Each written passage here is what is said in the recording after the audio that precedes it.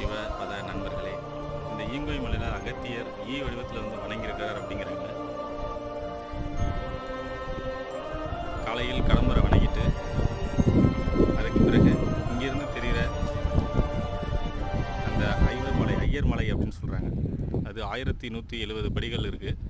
அங்கே ஏறி இறங்கிட்டு அங்கே ரத்னகிரீஸ்வரர் சுவாமிகள் இருக்கார். அங்கே வணங்கிட்டு மறுபடியும் நம்ம இங்கே வந்து வணங்குறோம் அப்படிங்கும்போது முழு பாக்கியம் கிடைக்கிது அப்படிங்கிறாங்க. இது 500 படிக்கட்டுகளை கொண்டதாக இருக்குது.